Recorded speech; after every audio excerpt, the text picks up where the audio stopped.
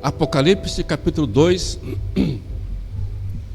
nós vamos ler do 8 ao 11, nós já lemos do 1 até o 7, semana passada. Então diz assim a palavra: ao anjo da igreja em Esmirna escreve: essas coisas diz o primeiro e o último, que estava morto e tornou a viver. Conheço a tua tribulação, a tua pobreza, mas tu és rico, e a blasfêmia dos que a si mesmos se declaram judeus e não são, sendo antes sinagoga de Satanás. Não temas as coisas que tens de sofrer. Eis que o diabo está para lançar em prisão alguns dentre vós, para serem expostos à prova. Tereis tribulação de 10 dias. Sê fiel até a morte, e dar-te-ei a coroa da vida. Anote na sua Bíblia, risca aí essa linha na sua Bíblia, para você nunca esquecer: ser fiel até a morte, e dar-te-ei a coroa da vida. Quem tem ouvidos, ouça o que o Espírito diz às igrejas. O vencedor de nenhum modo sofrerá dano da segunda morte. Vamos orar? Louvamos a Ti, Senhor, pela Tua palavra tão especial para nós nessa noite. Já podemos, ó Deus, adorar a Ti, confessar a Ti nossos pecados, interceder também, ó Deus, pela igreja, pela nação. E agora, ó Pai, pedimos que mais uma vez o Senhor fale conosco, que através desta carta à igreja de Esmirna possamos tirar lições para nós nesta hora. Nos abençoe no nome de Jesus. Amém. O tema que nós vamos trabalhar nessa noite com respeito a essa carta é fidelidade em meio à perseguição.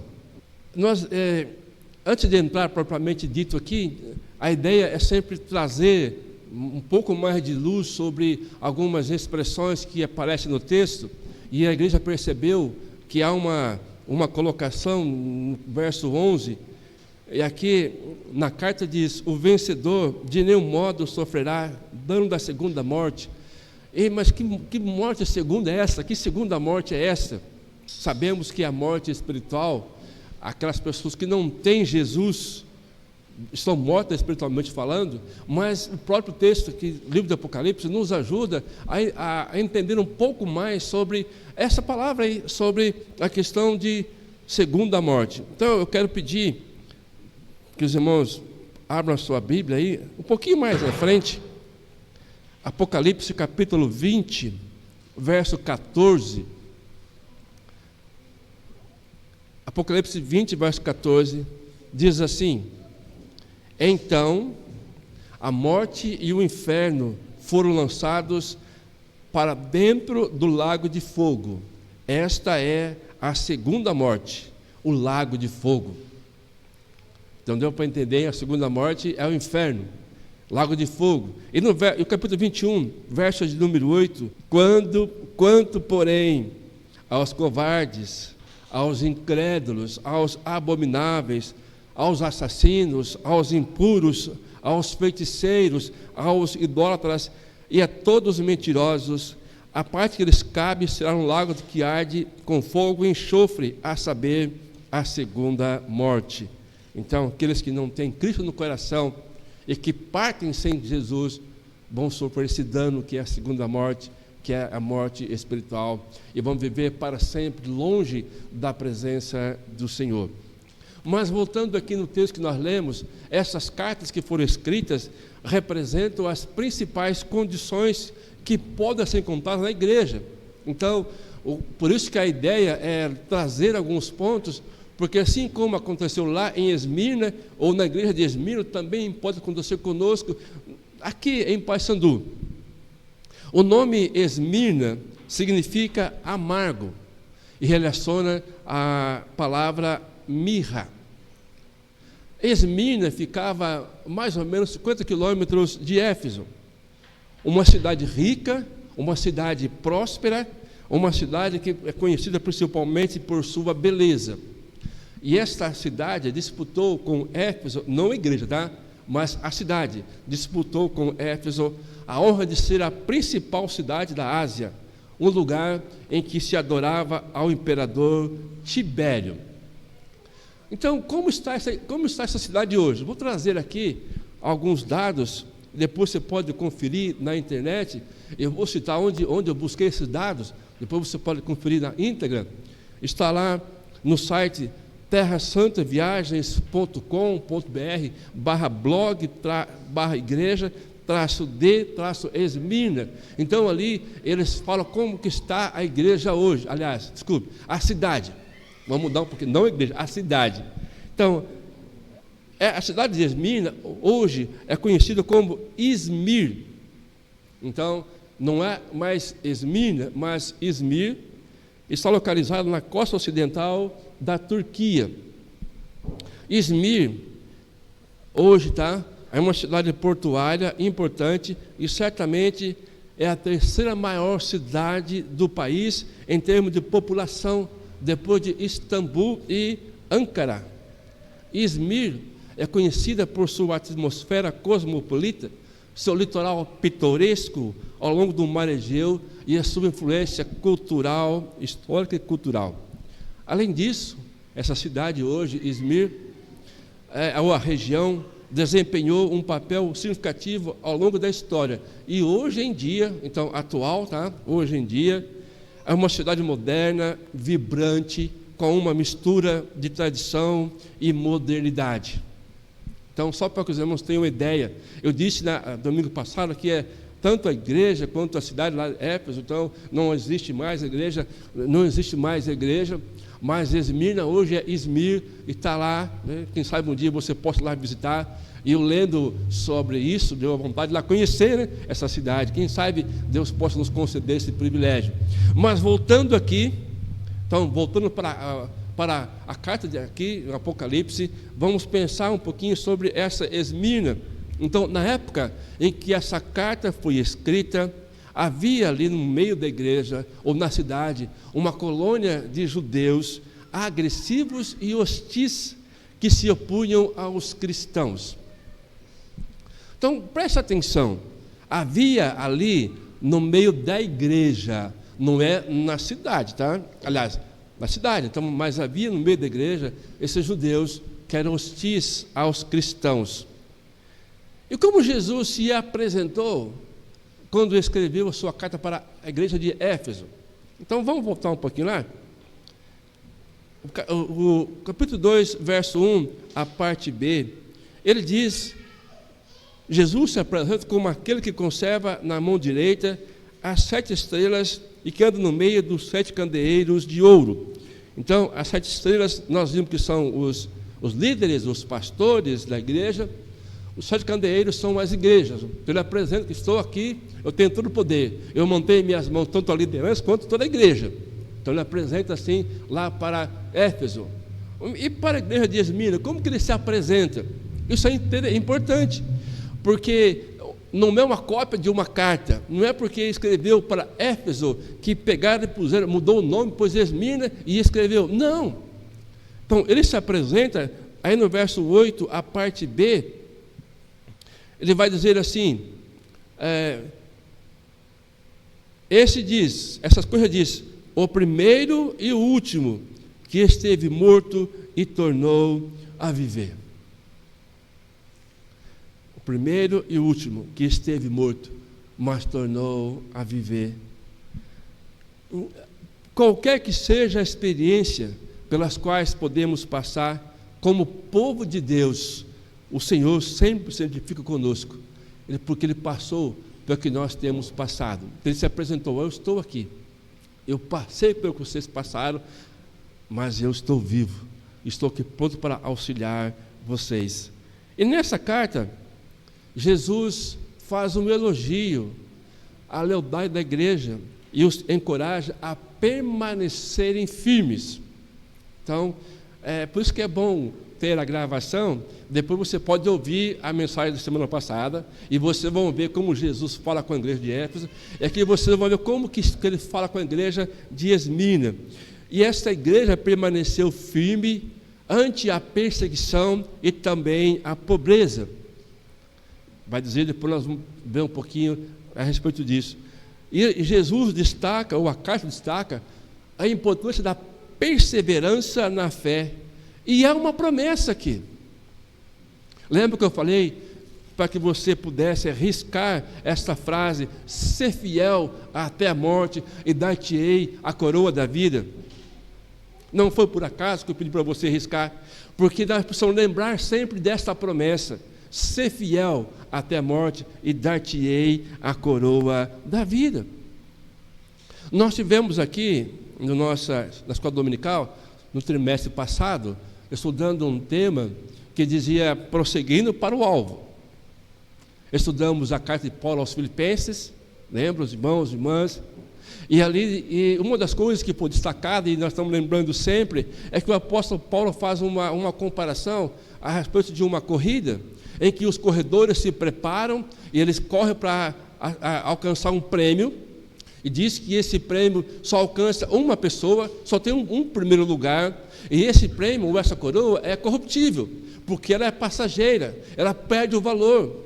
E aqueles atletas que se preparam, eles vão correr em busca de ganhar apenas um prêmio. Mas nós que estamos correndo, nos preparando para ganhar uma coroa incorruptível, que é o que diz aqui, a coroa da vida, essa coroa, esse prêmio, todos ganham.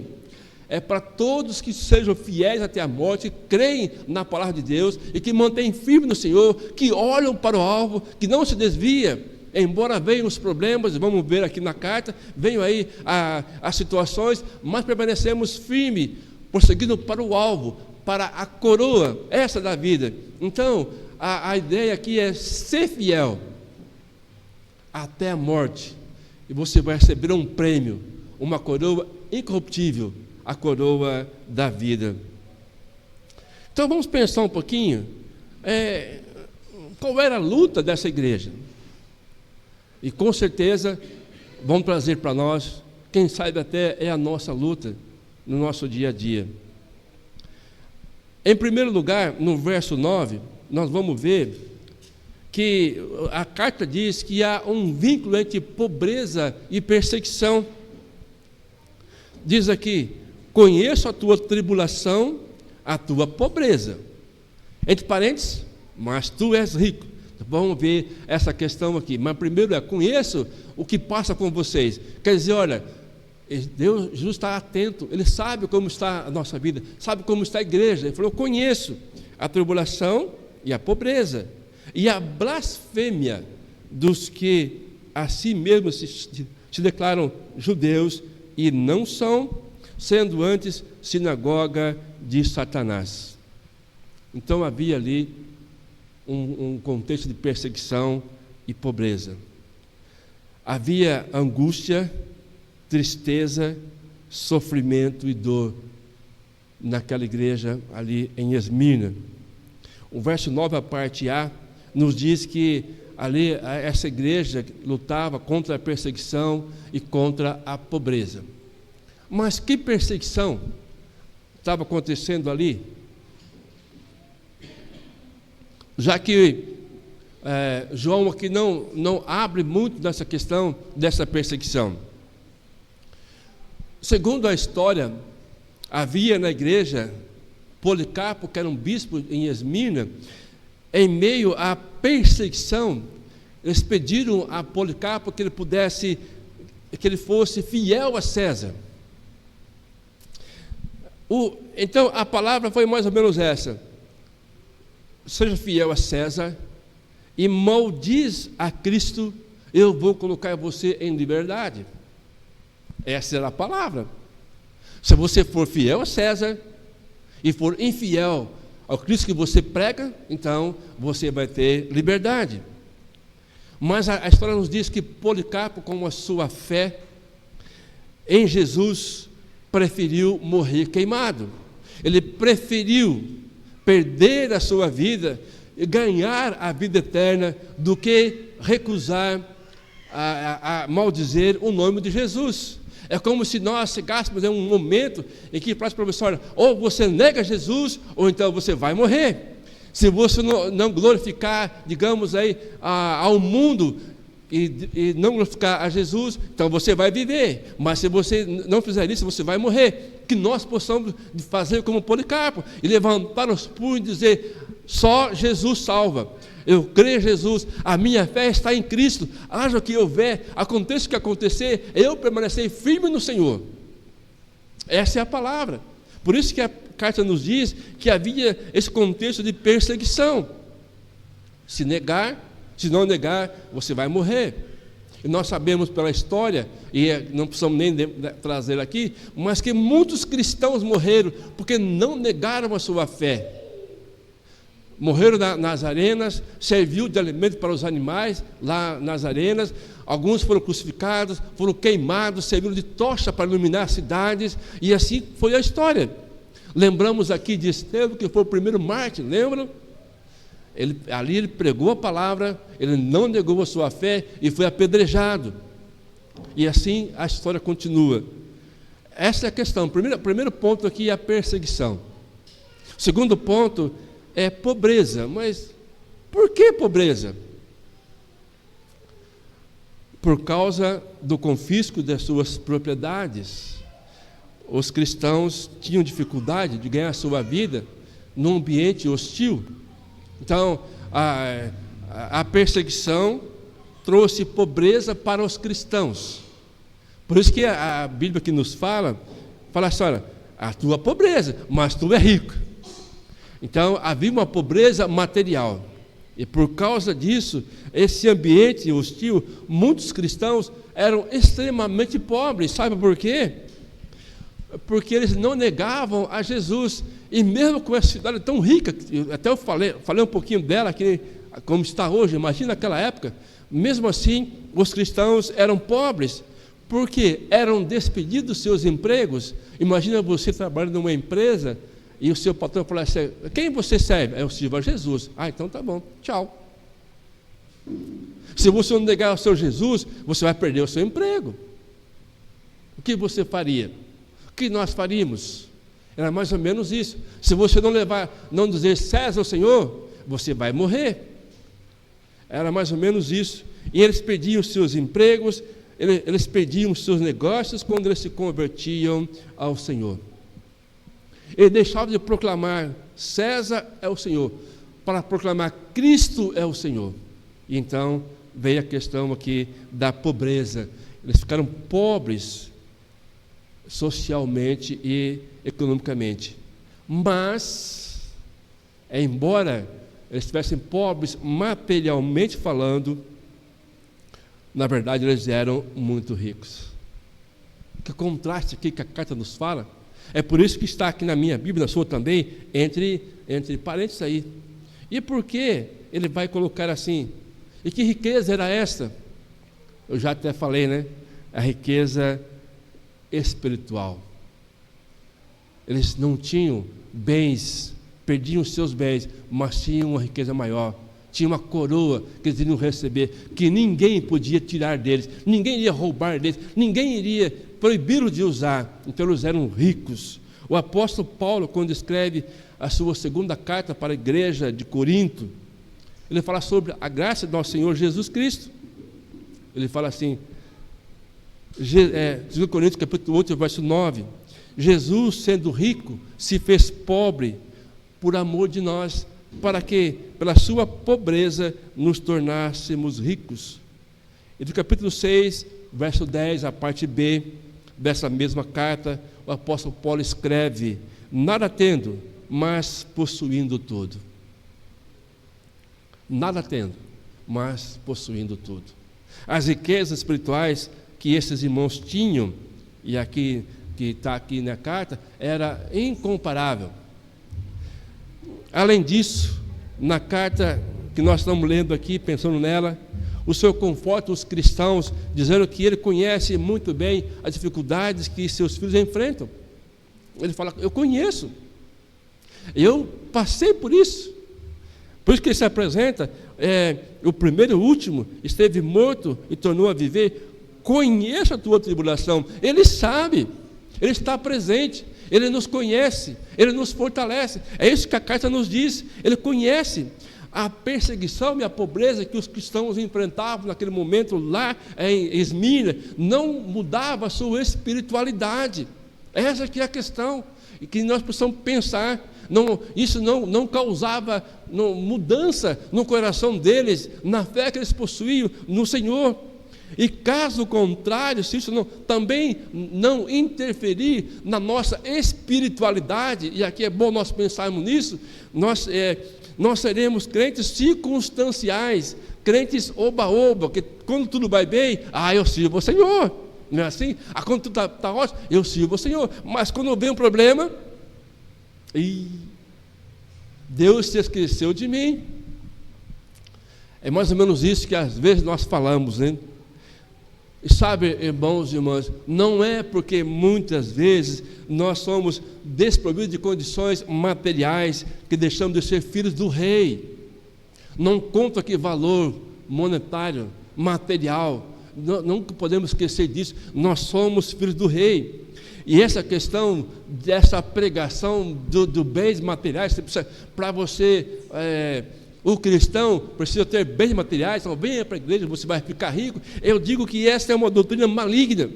Esse é um ensinamento que não está na palavra e que penetrou de uma forma, eu não vou dizer sorrateira, porque o diabo é astuto, então de uma maneira penetrou essa pregação, essa doutrina no meio da igreja, levando muitos e muitas pessoas a abandonarem a sua fé.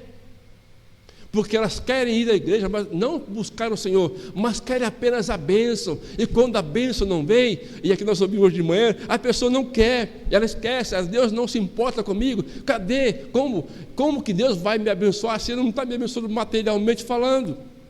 Mas a bênção aqui não é material, a bênção é espiritual. Essa coroa aqui não é uma coroa monetária, mas é uma coroa espiritual, e vamos recebê-la quando estivermos lá com o Senhor. É o que diz aqui no capítulo 2, o verso 10, no final aqui do verso de número 10, que com certeza você riscou na sua Bíblia aí, para você nunca esquecer: ser fiel até a morte, e dar-te-ei a coroa da vida. Essas pessoas que muitas vezes vêm buscar apenas a parte material, eu digo que quando elas não conseguem essa riqueza material, elas têm vergonha de serem chamadas de pobres. Então, como que posso ser pobre se o meu Deus é tão rico? Não é assim que as pessoas falam? Poxa, se Deus é rico, é dono da prata e do ouro, como que não pode me dar um pouquinho? Como que eu não fico rico também, se o Deus que eu sirvo é um Deus rico? Sabe, irmãos e irmãs, a igreja não precisa ter milhões para fazer a obra de Deus. Não precisa ter milhões. Não precisa.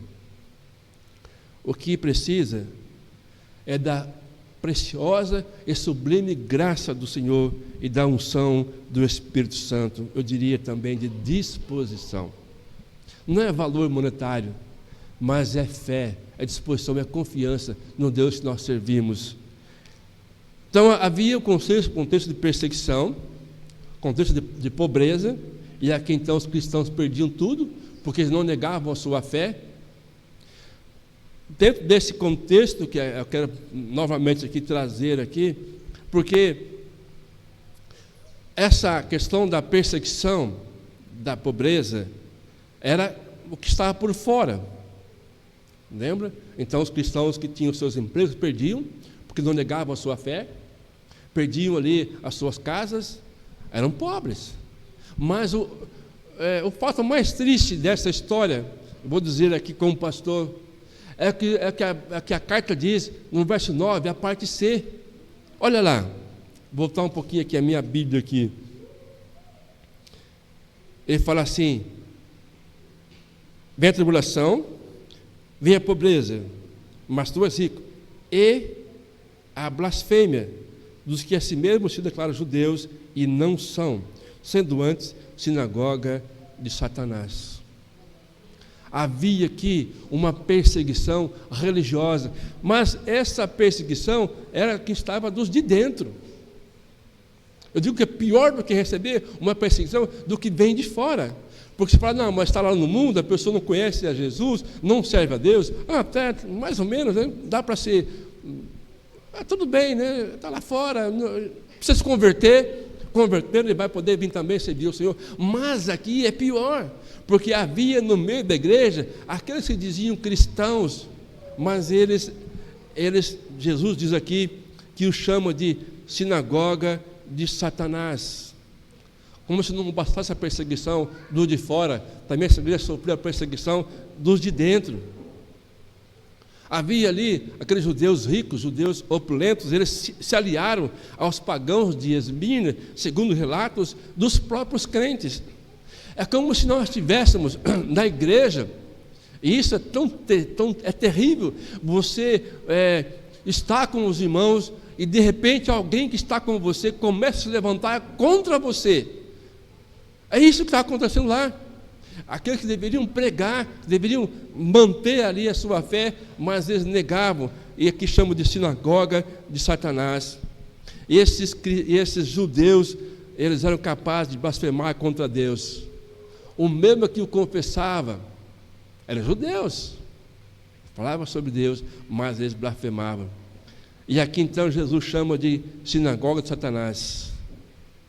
Eles eram sinagoga de Deus, mas aqui sinagoga de Satanás. E esta é a pior das perseguições. Sabe por quê? Em quem confiar? Os que pregam a palavra, de repente, são os nossos maiores inimigos. O que acontecia aqui nessa igreja? Então, em quem confiar? E aqui, pensando no que nós vivemos hoje, no nosso país, por enquanto, a perseguição, e aqui não só o de dentro, a perseguição com relação aos cristãos, é uma perseguição velada, escondida, não declarada, mas ela existe. Sempre nós falamos isso, e nós estamos vendo, ela existe. Aqui, os cristãos, ainda, vou falar ainda, né? Não são queimados em praça pública, e nem crucificados. Não somos obrigados, por enquanto, a negar a Cristo. Por enquanto, não sofre com espada, com fogueira, ou com batalhas terrestres, mas há sim uma perseguição. Basta olhar para a ciência, que tenta mudar a ordem natural da criação. Existem ensinos contrários ao padrão do nosso Deus e que estão impregnados no comportamento das nossas crianças, dos nossos jovens, no comportamento dos adultos, que são persuadidos pelos meios de comunicação. Então há uma luta para que possa desmoralizar a família, acabar com a igreja. Então nós precisamos estar firmes. Por isso que a palavra é ser fiel até a morte, e você vai ganhar a coroa da vida. E essa perseguição está aí. Dentro dessa perseguição, nós estamos sendo ameaçados pelos falsos ensinos. Isso é claro, nós vemos imagens, filmes que mancham e reduzem a sexualidade humana, e somos induzidos a ceder em detrimento a essas exigências do Evangelho. Então você fala, Jesus é o Senhor, então permaneça firme, fale bem alto mesmo, Jesus é o Senhor. Aqui, nada vai comandar a minha vida, Ele é o Senhor, mas existe essa pressão do mundo para falar, não, que o mundo é o Senhor. E qual é a nossa reação então? Nós precisamos manter a espiritualidade e a esperança, não ficar atemorizado e continuar sendo fiel, e quem sabe falando mais firme, Cristo é o Senhor, Ele comanda a minha vida. E sabe, irmãos e irmãs, nós seremos bem-aventurados quando perseguidos, ou somos, vamos mudar melhor, né? Somos felizes quando perseguidos, pois estaremos guardando, preservando e pregando os valores do reino. Jesus disse isso, lá em Mateus capítulo 5, verso 11 e 12. Ele fala assim, bem-aventurados sois, quando por minha causa vos injuriarem e vos perseguirem, e mentindo, disserem todo mal contra vós, regozijai-vos e exultai, porque é grande o vosso galardão nos céus, pois assim perseguiram aos profetas que viveram antes de vós. Felicidade, regozijo, exultação, quando vem a perseguição. Essa é a palavra, que Jesus deixa para essa igreja. Eu conheço, eu estou com vocês, eu passei pelo que vocês passam, fiquem firmes, permaneçam fiéis, vocês vão ganhar, vão receber um prêmio que ninguém vai poder tirar de você, que é a coroa da vida. Portanto, nós não nos desanimemos quando vem as perseguições. Essa que mais escondida, que está acontecendo exatamente assim, não vamos nos desanimar, mas alegremos, porque a recompensa é grande. O prêmio é excelente e ninguém vai tirar de nós. Não há traço que vai correr, não há bandido que possa roubar de nós esse presente, essa coroa, que aqui não aparece, mas nós lembramos lá do apóstolo Paulo, que é uma coroa incorruptível. E caminhamos juntos para receber esse prêmio. Ser fiel, permaneça firme, para que possamos receber esse prêmio. E sabe, igreja, à medida que se aproxima a volta de Cristo, as perseguições se multiplicarão. A Bíblia diz isso. Precisamos estar preparados. Aos olhos do mundo, nós somos simplesmente pobres cristãos, não é assim? Mas, aos olhos de Deus, nós somos ricos. Está lá. Tu és rico. Capítulo, o verso 9, entre parênteses aí. Então, a minha oração é para que Deus mova nossos corações, que possamos sentir um profundo anseio em derramar o amor de Cristo sobre a nossa cidade, sobre o Paysandu. Por isso que o que Jesus diz aqui nessa carta é uma palavra de esperança. Vai ter perseguição, vamos ser pobres, materialmente falando, mas em meio a tudo isso, a nossa oração é para que nós possamos levar essa mensagem para as pessoas que não conhecem a Jesus. Mas de que forma, pastor? Através de uma palavra, através, quem sabe, de um abraço, de um cuidado que você possa oferecer às pessoas, quem sabe até um prato de comida. Por que não aproveitar esse momento para você pregar o Evangelho, de falar sobre esse Jesus que morreu, mas está vivo, ele não permaneceu morto, e que ganhou a minha vida, que tem poder para ganhar também a vida dessa pessoa. Então, olha só, então você tem a oportunidade de pregar o Evangelho de uma forma simples. Quem sabe, lá os cristãos, e quem sabe não, né? Vou falar de frente aqui, os cristãos da igreja primitiva, colocaram o mundo de cabeça para baixo. Vocês viram isso? Já leram esse texto? Lá em Atos capítulo 17, verso 6, a parte B. Lá vai dizer assim, no finalzinho, fala assim, olha, esses que têm transtornado o mundo, chegaram até aqui. Essa é a única diferença. Que pode dizer, esses aqui da IPB, que chegaram até aqui, estão transtornando aqui a cidade, com a palavra do Evangelho. É esse transtorno que eles não queriam. Ele falou, esses que chegaram aqui, onde eles passaram, eles transtornaram. Mudou a história, virou o mundo de cabeça para baixo. E que em nossos dias, o nome de Jesus possa ser honrado. Mas onde? Em muitos lugares. Mas eu coloquei aqui, quem sabe até lá na fila do supermercado. Quem nunca passou por isso, enfrentar fila no supermercado? E que o nome de Jesus possa ser honrado numa conversa de trabalho. Eu já falei aqui, nós muitas vezes falamos sobre todos os assuntos, mas esquecendo de falar do principal, que é falar de Jesus. Às vezes, numa conversa simples do trabalho, você possa pregar o Evangelho. E quem sabe, o nome de Jesus possa ser honrado nas suas amizades, nos negócios que você faz, no seu trabalho, na faculdade, na minha casa, ou na sua casa, e na minha vida, e na sua vida. Isso que a palavra de Deus quer falar para nós nessa noite. E eu quero concluir dizendo assim, que possamos orar, Senhor, limpe a igreja, não essa aqui, mas a igreja, começar por nós, claro, limpe a igreja da podridão e refúgio que o diabo tem colocado, e traga-nos de volta a Tua palavra, que possamos viver a Tua palavra, não só falando, mas de fato de verdade. E como diz aqui, como termina a carta, aliás, essa aqui não tem, assim, ela termina no verso 11, diz assim, quem tem ouvidos, ouça o que o Espírito diz às igrejas. Que possamos estar atentos, que o Senhor nos abençoe. Vamos orar? Pai, obrigado pela Tua palavra, que nos edificou nessa noite. Uma palavra, Pai, que mexeu conosco e nos leva, nos desafia a não negar o Teu nome, a dizer sempre: Jesus é o Senhor da minha vida, da minha casa, da minha cidade, da minha igreja.